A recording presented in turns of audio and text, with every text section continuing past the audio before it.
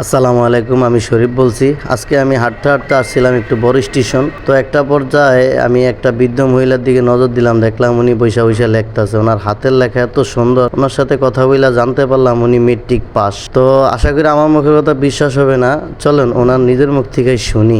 ওয়ালাইকুম খালা, ভালো আছেন? আপনি যে লেখতেছেন, আমরা হাতের লেখা তো অনেক সুন্দর। কোন কলেজে লেখাপড়া করছিলেন খালা? হ্যাঁ, মেট্রিক পর্যন্ত বসছিলেন? ছোটবেলা ছিল খালা। আছে আমরা খোঁজ খবর নেয় না, যাইতে কয় হ্যাঁ, জান না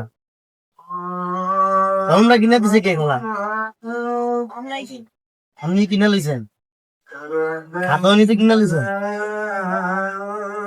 হাতের লেখা তো অনেক সুন্দর।